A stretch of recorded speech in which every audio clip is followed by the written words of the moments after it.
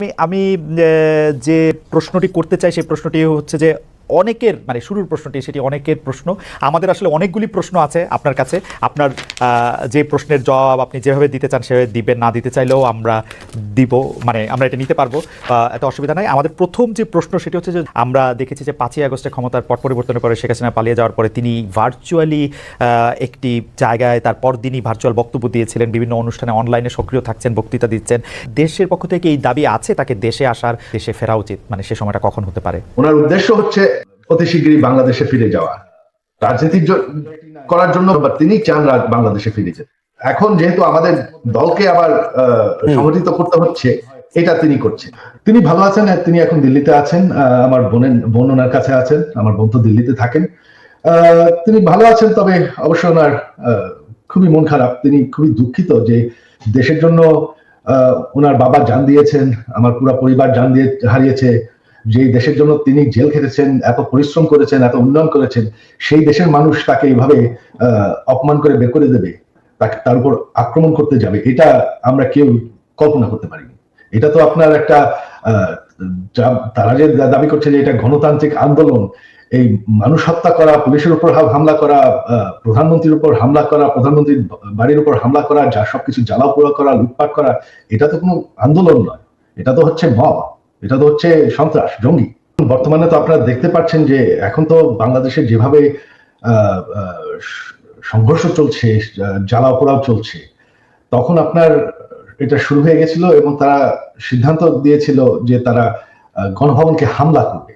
তখন তিনি কিন্তু দেশ ছাড়তে চাননি। আমরা পরিবার থেকে তখন ওনাকে কনভিন্স করলাম যে না, এরা শুধু প্রোটেস্টার না, এরা তোমাকে হত্যা করে ফেলবে, তো তোমার দেশ ছেড়ে যেতেই হবে। সরকার পতন হওয়ার আগে থেকে আওয়ামী লীগের নেতাকর্মীর উপর বিভিন্ন জায়গায়, ঢাকার বাইরে এবং ঢাকার ভিতরেও হামলা চলছিল, তাদের কয়েকজনকে হত্যা করা হয়েছে। তো এখানে যে শুধুমাত্র সরকারের দোষ দেওয়া হয়, আওয়ামী লীগের দোষ দেওয়া হয়, সেটা ঠিক না। এখন তো দেখা যাচ্ছে আওয়ামী লীগ নাই, আওয়ামী লীগ সরকার নেই, তবে নির্যাতন তো চলছে।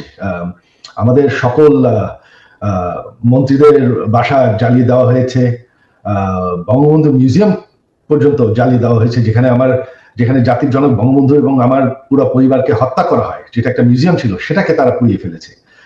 আমাদের নেতাকর্মী কয়েকজন এমপি মারা গিয়েছেন, অনেক নেতাকর্মীকে হত্যা করা হয়েছে। আর আমি শুনতে পাচ্ছি যে হিন্দুদের উপর আক্রমণ হয়েছে, কিছু মন্দির পুড়িয়ে দেওয়া হয়েছে। তো এই সংঘর্ষ তো আগে থেকেই শুরু হয়ে গেছিল। এটা তো এখন তো আমাদের সরকারের দায়ী নাই, আমাদের আওয়ামী লীগ তো এখন আর এই সংঘর্ষের জন্য দায়ী না। দেশের জন্য এত করেছি, এই যে গত 15 বছরে আপনার জানেন আমি ডিজিটাল বাংলাদেশ বানিয়েছি, এটা আমার স্বপ্ন ছিল।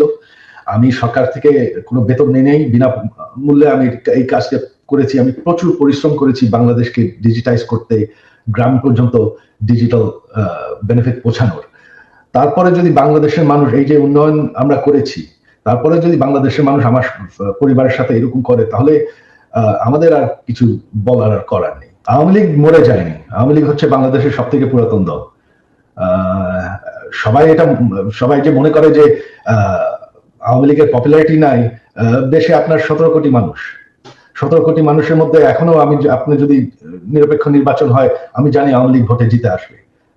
হ্যাঁ, 100% ভোট কোনোদিন কোনো গণতন্ত্রে কোনো সরকার পায় না। আমাদের বিরুদ্ধে যারা ভোট হেরে গেছে বা তারপর তো বয়কট করেছি, হ্যাঁ, এদেরকেই আপনি দেখেছেন, যারা আওয়ামী লীগ বিরোধী, তাদেরকেই দেখা গেছে। তবে আওয়ামী লীগের যারা সমর্থক, তারা কিন্তু দেশে আছে। আরেকটি ব্যাপার সেটি হচ্ছে আমার আগেকার প্রশ্নের সাথে সম্পর্কিত, যে গণ অভ্যুত্থানের মুখে শেখ হাসিনার দেশ ছেড়ে পলায়ন, আওয়ামী লীগের নিষ্ক্রিয়তা এক ধরনের, মানে আওয়ামী লীগ দেশের রাজনৈতিক প্রেক্ষাপট থেকে বাদ হয়ে গেছে। কেউ কেউ আমাদের মিডিয়ার ভাষায় কেউ বলছেন যে একটা -1 হয়ে গেছে। অন্তর্বর্তী সরকারকে নিয়ে কোনো -2 সংখ্যা কি আছে? কেন এই প্রশ্নটি উঠছে সেটিও আমি বলি, যেটা কিছুটা আপনি আগে প্রশ্ন করেছেন যে আওয়ামী লীগ আমলে কিন্তু আমরা দেখেছিলাম যে বেগম খালেদা জিয়ার চিকিৎসার জন্য বারবার বলা হচ্ছিল, কিন্তু 3.5 মাস পরেও বেগম জিয়া এখনও দেশে আছেন, তারেক রহমান সাহেব এখনও দেশে ফিরেন নাই। তো এইটার ক্ষেত্রে কি -2 কোনো আশঙ্কা আপনাদের মধ্যে রয়েছে কিনা অন্তর্বর্তী সরকারকে নিয়ে? এই -2 তো এসেছিল আপনার 1/11-এ, এখন আপনার এই -2 কোনো সমস্যা নেই। কারণ হচ্ছে যে আমরা আগেই বলেছি, আমি গতকাল একটা ইন্টারভিউতে বলেছি যে বিএনপিকে এখন আর কেউ মাইনাস করতে পারবে না। 1, 2 নম্বর হচ্ছে আওয়ামী লীগ যদি নিজেরা মাইনাস হয়ে গিয়ে থাকে তো সেটা তো আওয়ামী লীগ হয়েছে, কারণ সেটা দেশেই নাই, তার নেত্রী পালিয়ে গেছে। সুতরাং আপনার এই জায়গাতে তো তারা নিজেই চলে গেছে। এখানে একটা জিনিস আমাদের সবসময় মনে রাখতে হবে যে রাজনৈতিক দলটি পলিটিক্যালি ব্যাংক্রাফট হয়ে যায়। আওয়ামী লীগ তো এখন আসলে পলিটিক্যালি ব্যাংক্রাফট একটা রাজনৈতিক দল। আমি আগে থেকে বলছিলাম কথাটা আর কি। তার কোনো রাজনীতি নেই, সে ক্ষমতাকে এমন ভাবে ব্যবহার করেছে তাদের ব্যক্তিগত স্বার্থে, শুধু দলীয় স্বার্থে না, প্রত্যেকের ব্যক্তিগত স্বার্থে। They have minted money like anything. দেশকে তারা একেবারে ফোকলা করে দিয়েছে এবং সেই দেশকে ফোকলা করে দিয়ে পালিয়ে গেছে। যদি এই মুহূর্তে নির্বাচন হয়, যেটি আসলে বিএনপি যৌক্তিক সময়ের মধ্যে নির্বাচন দাবি করছেন, তাতে বেগম খালেদা জিয়া কি প্রার্থী হবেন, বা বিএনপি সংসদ নেতা বা প্রধানমন্ত্রী হিসেবে কাকে চাইতে পারে, চেয়ারম্যান নাকি ভারপ্রাপ্ত চেয়ারম্যান? এখানে এই মুহূর্তে এখনই আমাদের এই প্রশ্নগুলো নিয়ে আমরা আপনার কাজ করছি না, কারণ আমরা এখন আমাদের সামনে যে সবচেয়ে বড় চ্যালেঞ্জ সেটা হচ্ছে যে আপনার এই ইন্টারিম গভর্নমেন্টের কাজগুলো তারা যেন শেষ করতে পারে, অর্থাৎ যে সমস্ত সংস্কারের বিষয়গুলো আছে সেই সংস্কার যে কয়েকটা আপনার খুবই নির্বাচন কেন্দ্রিক এবং প্রয়োজনীয়, সেই সংস্কারগুলো করে নির্বাচনের কথা আমরা বলছি এবং আমরা মনে করি যে এটা আপনার যথাসময়ে সেটা অনুষ্ঠিত হবে।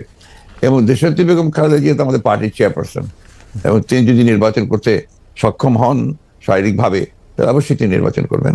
অন্যদিকে তারেক রহমান সাহেব আমাদের দলের ভারপ্রাপ্ত চেয়ারম্যান এখন আছেন এবং তিনিও নির্বাচন করতে চাইলে তিনিও নির্বাচন করতে চান, সেটা উনি করতে পারবেন যে কটা সিটি তিনি করতে চান। তো এই নিয়ে কোনো সমস্যা নেই। সুতরাং খালেদা জিয়া নির্বাচন করলেন, প্রধানমন্ত্রী হলেন, বা তারেক রহমান সাহেব নির্বাচন করে প্রধানমন্ত্রী হলেন, এটা নিয়ে কোনো সমস্যা নেই। এই ব্যাপারে পার্টিতে আমাদের কোনো সমস্যা আছে বলে আমি মনে করি না। কেউ কেউ এরকম ইঙ্গিত করছে যে বিএনপি আসলে এই মুহূর্তে নির্বাচনের জন্য আসলে চাপ দিতে চাচ্ছে, সরকারকে চাপ দিচ্ছে, তার ফলে সরকার একটু আনস্টেবল হচ্ছে। এইটা কি ঠিক? আবার অন্যদিকে সরকারের একটা জায়গা থেকে মনে হচ্ছে যে সরকার 2 বছর 4 বছর, হঠাৎ করে ডক্টর ইউনূস এটা 4 বছরের কথা বলাতে সেটা নিয়েও একটা বিভ্রান্তি তৈরি হয়েছে। আপনি এটাকে কিভাবে দেখেন? আমি দেখি একটু ভিন্নভাবে। এটা দেখি যে আমাদের দেশের মিডিয়া বা আপনারাই যারা মিডিয়াতে কাজ করেন, আপনারা সাথে স্পেকুলেশনস করেন এবং স্পেকুলেশন করলে এটা আপনাদের হয়তো বা খুব ভালোরা হয়, কিন্তু আমাদের জন্য আমরা এই ব্যাপারটাতে আমি ব্যক্তিগতভাবে খুব বেশি আগ্রহী নই।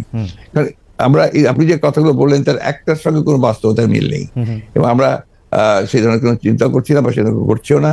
এবং আমি এখন পর্যন্ত দেখিনি যে আপনার সরকার যারা ইন্টারিম গভর্নমেন্ট আছেন তারা বেশি সময় থাকতে চান, 4 বছর থাকতে চান। কথাগুলো সেভাবে আসেনি, এগুলো আপনার মিসরিপ্রেজেন্টেড হয়েছে মিডিয়াতে। আর দ্বিতীয়ত আমরা যেটা বলছি, আমরা বলছি যে আমরা চাই যে আপনার একটা যৌক্তিক সময়ের মধ্যে সংস্কারগুলো হয়ে গেলে আমরা অবশ্যই নির্বাচনে যেতে চাই। আপনারা যৌক্তিক সময়টা মানে হ্যাঁ আমাদের দোষ আছে জনাব মির্জা ফখরুল সালামকে আমরা ঠিকই, আমি দোষের কথা বলছি না, আমাদের কথা বলছি যে মিডিয়া আপনার স্পেকুলেট করেন, স্পেকুলেট মিডিয়া করতেই পারে, কিন্তু আমরা যেটা বাস্তবতা আমি আপনাকে সেটাই বলছি। না মানে আপনি যদি অনুমতি দেন আমাদের অবস্থাটা আমরা একটু বলি যে আমাদের কাছে মনে হচ্ছে যে নির্বাচন সংস্কার মানে কিছু বলা হচ্ছে যে কিছু যৌক্তিক সংস্কার করে যদি নির্বাচনটা না দেওয়া হয় তাহলে বিএনপি যখন ক্ষমতায় আসবে বা অন্য কেউ যখন ক্ষমতায় আসবে তারাও আসলে একই সরকারের সমান ফেসিস্ট হতে পারে, গত সরকারের সমান। তো সেইটা চিন্তা করে তাদেরকে সংস্কারের কথা বলা হচ্ছে। আমি এটার সঙ্গে একেবারেই একমত নই। আমি ঘোরতর আপত্তি জানাচ্ছি, তীব্র প্রতিবাদ জানাচ্ছি। বিএনপির সঙ্গে ফ্যাসিস্ট আওয়ামী লীগের তুলনা করার কোনো কারণই থাকতে পারে না। কারণ বিএনপি ইজ এ পার্টি যে দলটা বহুদলীয় গণতন্ত্র নিয়ে এসেছে। আওয়ামী লীগ একদলীয় শাসন ব্যবস্থা বাকশালে ছিল, আমরা বহুদলীয় গণতন্ত্র নিয়ে এসেছি, আমরা সংসদীয় গণতন্ত্র নিয়ে এসেছি, ম্যাডাম জিয়া নিয়ে এসেছেন, আমরা তত্ত্বাবধায়ক সরকার বিধান পাশ করেছি পার্লামেন্টে, এবং আমাদের কাছে ফ্যাসিস্ট আমরা এখন পর্যন্ত তো প্রশ্নই উঠতে পারে না। আমাদের যে পার্টির স্ট্রাকচার, আমরা যে কাজ করেছি সেগুলো সমস্ত গণতন্ত্রের পক্ষে গেছে এবং 14 বছর লড়াই করেছি তো ফ্যাসিস্ট হওয়ার জন্য নয়, গণতন্ত্রকে প্রতিষ্ঠা করবার জন্য। সুতরাং এই কথাগুলো যখন বলা হয় তখন এই কথাগুলো আমার কাছে মনে হয় যেটা আপনার শুধুমাত্র হয় কথার কথা বলার জন্য বলা হয়, অথবা বিএনপিকে আপনার ছোট করে খাটো করে দেখানোর চেষ্টা করা হয়।